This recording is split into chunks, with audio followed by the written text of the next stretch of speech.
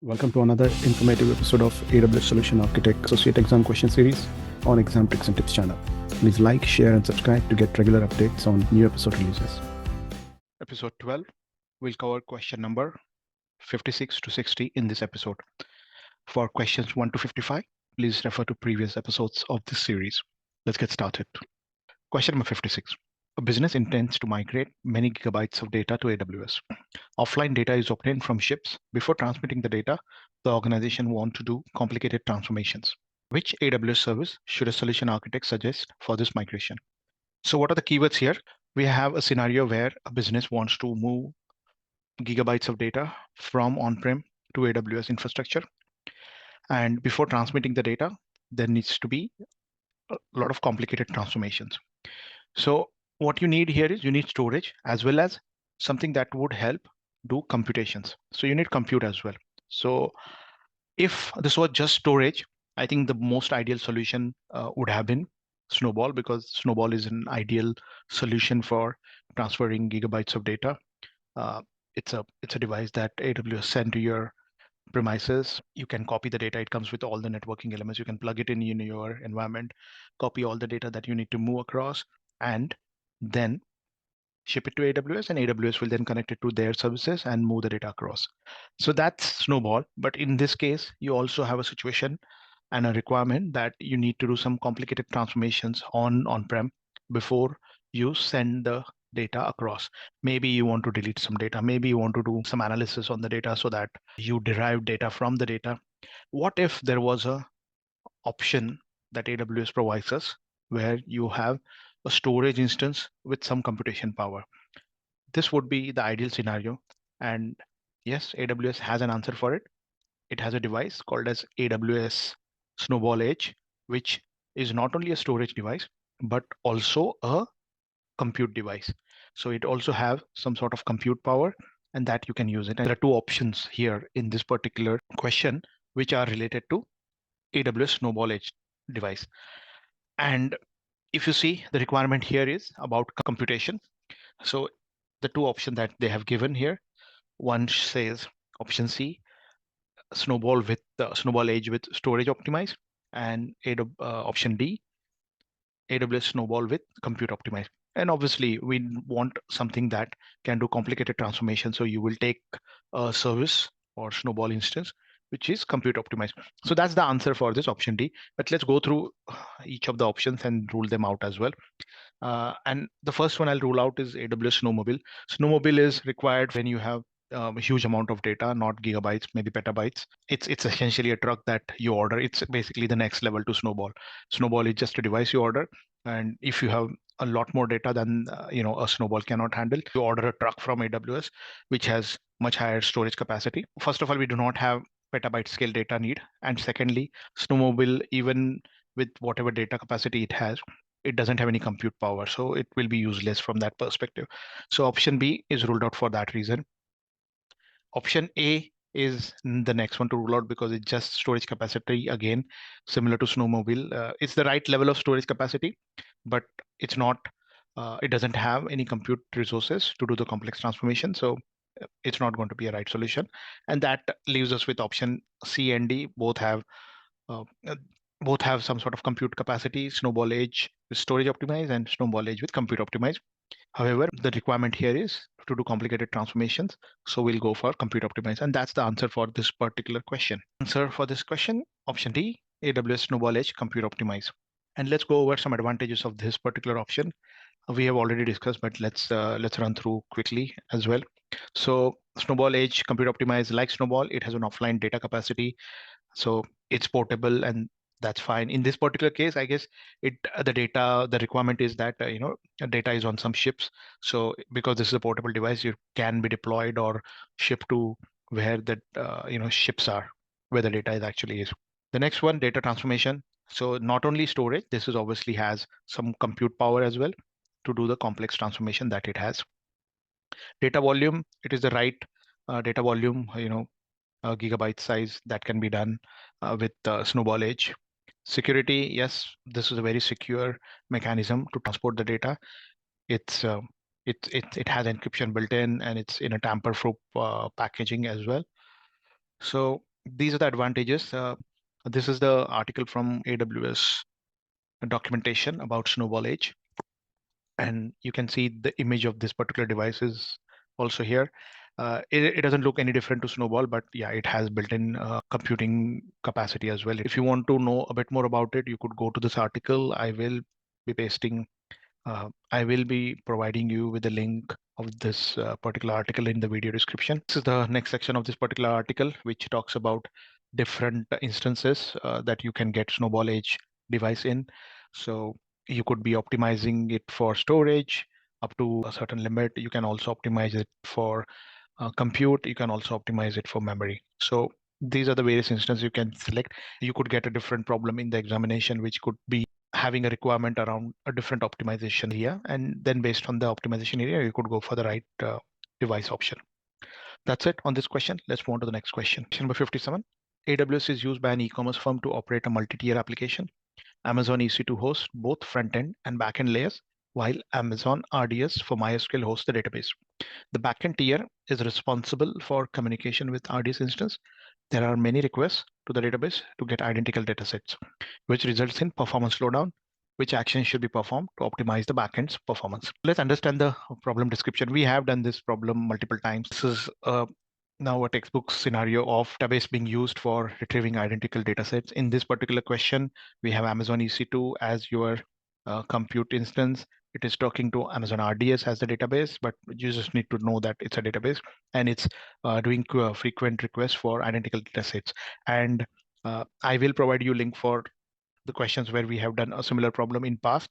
But just to quickly run through it, whenever you are requesting identical datasets, the solution that you need is caching. You can put Elastic Cache in conjunction in this solution, and any requests which are identical will be cached, and it will be retrieved from the cache, and the request won't go all the way to database. In case you are retrieving something which is not frequently retrieved or is not cached yet, it will go to RDS. So thus it will minimize the number of requests that goes to the database, and overall performance of the solution would then improve. So that's the answer we are looking for.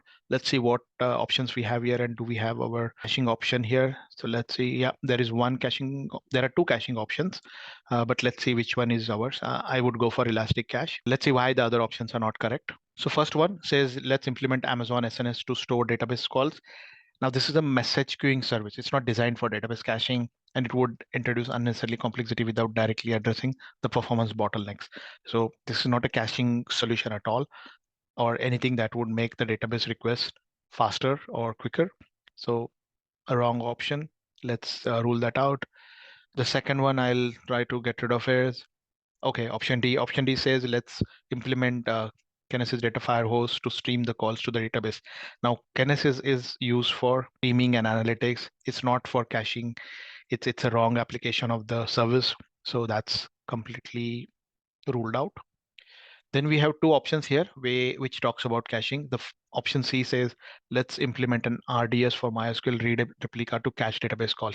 Now, it's not really a cache. We are talking about replica, and replica is used where you want to separate the transactional load from the reporting load so that transactions do not get impacted.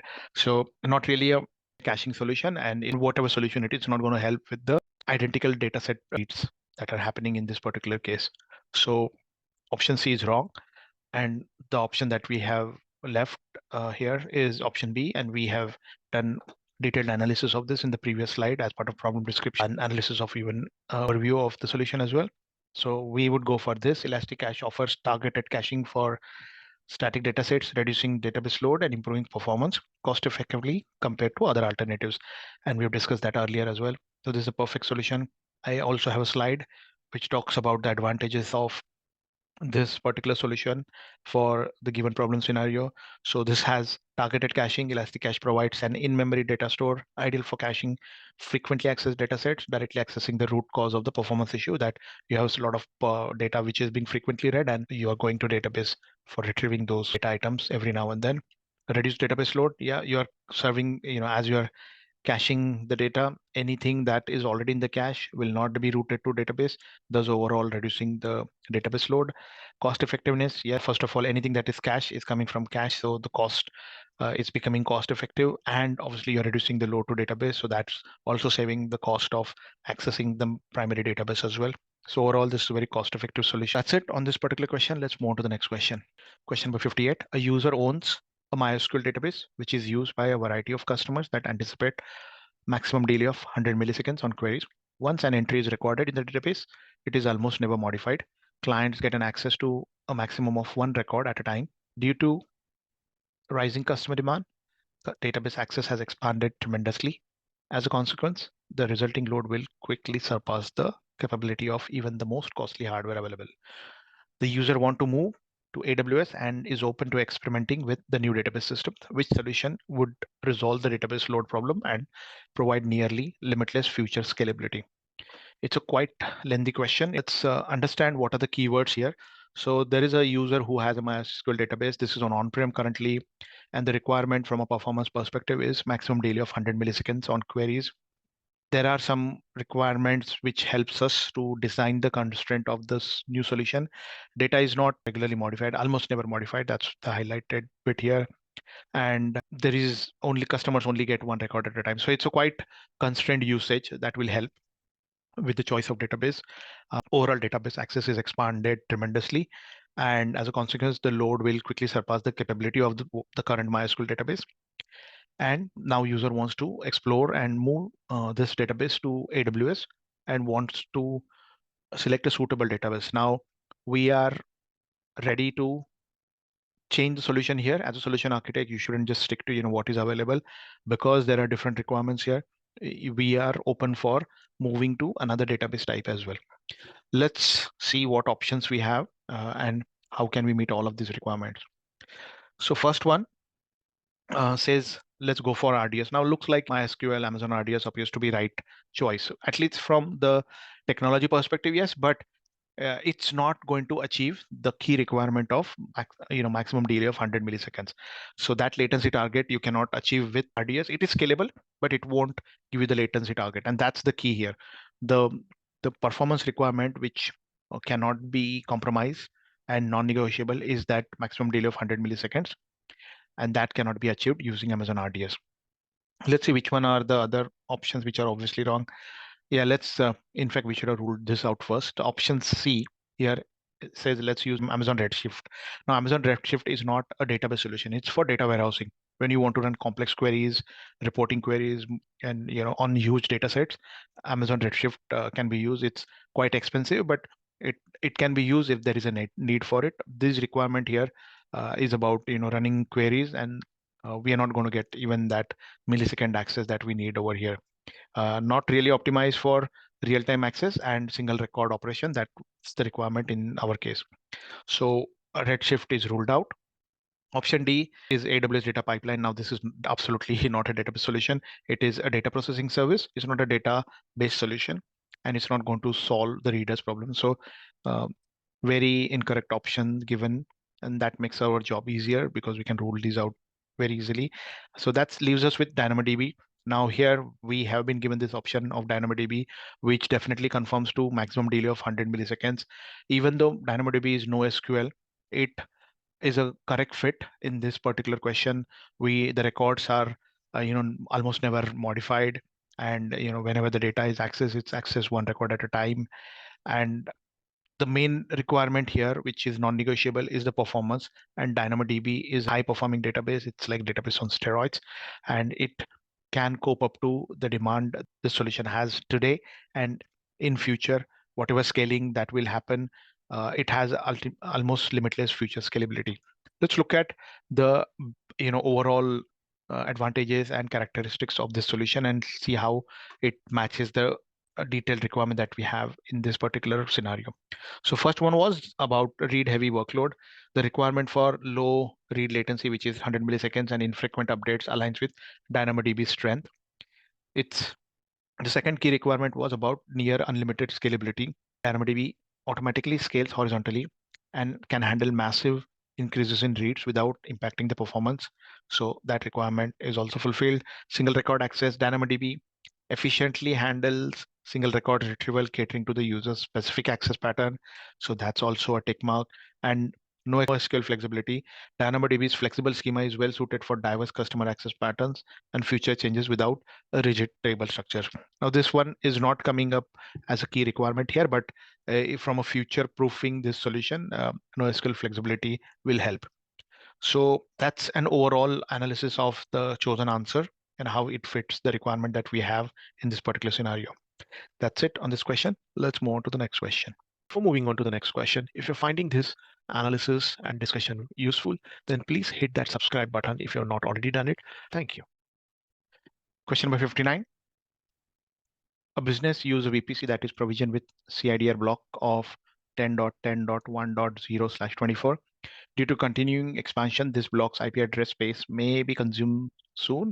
A solution architect must expand VPC's IP address capacity. Which method satisfies this criteria with the least amount of operational overhead? So the keywords here are, we have a business which is using a VPC, and this particular VPC address, IP address space of this particular block, CIDR block, is going to be consumed soon, and we need to expand it with least amount of operational overhead. Let's see what options we have. So option 1 says, let's create a new VPC and then associate a larger CIDR block. Now this will need a lot of effort because one of the requirement is we want least operational overhead. This will need a significant effort. It will need migration of resources to new VPC. So you have one VPC, you will create a new VPC. It's like, buy a new house and move everything that you have in the existing house to new house. And we cannot afford it. What we are looking at is how can we extend the existing house and create more capacity. So from an analogy perspective, that's what we're looking at in terms of in this scenario. So that's a wrong option. We'll have to, and in terms of activities involved would be, create a new VPC, migrate all the resources, update the security groups, root tables, and configurations as well. So this option is quite heavy, and it will work, but I would, for now, let's cross it out and let's see if we have any other better option. So I'll rule it out for now, and I'm sure we should get a better answer. The second one obviously appears to be incorrect is option C. It resizes the existing VPC CIDR block from /24 to /16. Now resizing the existing CIDR block might require the instance reboot, introducing downtime and potentially impacting applications availability. So this has not been mentioned explicitly, but this is given that if you have a better option where you don't have to reboot the application or have downtime on it, you should go for that. So again, this could work, but probably not the best option. So let me rule this out for now. In case we don't have a better option, we can go for this. Option D, then it says establish VPC pairing with a new VPC that has CIDR block of /16. Now, VPC sharing is a good solution if you want to share resources between VPCs, but it's not a good solution for expansion of the IP addresses capacity of the VPCs. And you will also have additional complexity in managing routing and the security between the VPCs. So this is not going to help from an operational overhead requirement of the solution. So this is wrong, and it leaves us with one option, which is option B, which says, okay, let's add a secondary CIDR block of /24 to the VPC. Now, adding a secondary block is a straightforward process with minimal optional overhead. It doesn't require any changes to existing resources on configuration within the VPC. Additionally, it allows for a granular expansion of IP address space compared to option C, which is resizing the entire block. So this is like a solution where you have your existing CIDR block and you are extending probably your house, the patio or the front of the house without impacting the existing structure. So you get added space and you are not having an extra effort as well. The effort in this case is much better than moving to a new house or completely doing the whole house, because you're just adding an attachment. So adding a secondary block is a right solution for this. Answer for this question, question 59, is option B, add a secondary CIDR block of /24 to the VPC. And if you want to know a bit more about subnet CIDR blocks, then please go through this particular article. You will get the link for this in video description. It doesn't directly addresses the question scenario here, but from the context perspective, you will be able to understand this topic a bit more in detail. That's it for this question. Let's move on to the next question. Question number 60. In a branch office, a firm runs an application in a tiny data closet with no virtualized computing resources. The application data is saved on a network file system volume. daily offsite backups of NFS volumes are required by compliance requirement. Which solution satisfies these criteria? So what's the problem description and keywords here? So we have a firm who's running an application in on-prem scenario. The key element here is they do not have any virtualized computing resources. So this is very important aspect. So they do not have anything in AWS basically. The application's data is saved on an NFS volume. Daily offsite backup of NFS volumes are required, and we need a solution for this particular problem scenario. So let's go through each of the option one by one and then figure out which is the most appropriate option. Now, the key, as I said, the most important clue or the key word here is the firm doesn't have any virtualized computing resources. And we have done similar problems in past where we have a firm or an organization who are running out of on-prem storage capacity, and we want to then augment or give them additional capacity, and storage gateway has been used for that in the question that we have done in previous episodes. And as you can see here, across all of the options A, B, C, D, we have AWS storage gateway as the answer.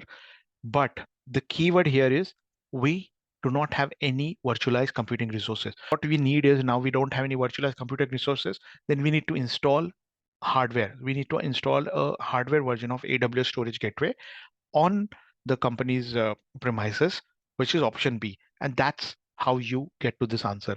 All other options are talking about software solution pointing to S3, but there is no virtualized computing resources that this company has.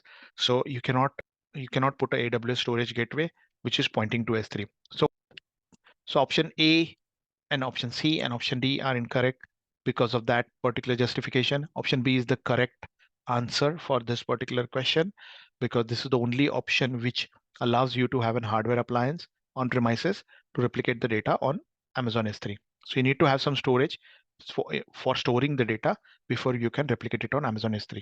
Here's an article from Amazon documentation about AWS storage gateway hardware appliance, and you could go through it in detail. I think there is a short audio as well, which can give you a better idea of how the AWS storage gateway hardware works and how you can use it. But essentially, wherever you do not have virtualized storage and you do not have capacity on-prem to store anything, and you want to expand the on-prem storage capacity, you should be going for this option. That's it on this question. And I believe this is the last question of this particular episode. I'll see you in the next episode of this series soon. Thank you. This is Exam Tricks and Tips. You're watching the AWS Solution Architect Associate Question Series. See you in the next episode. Thanks for watching.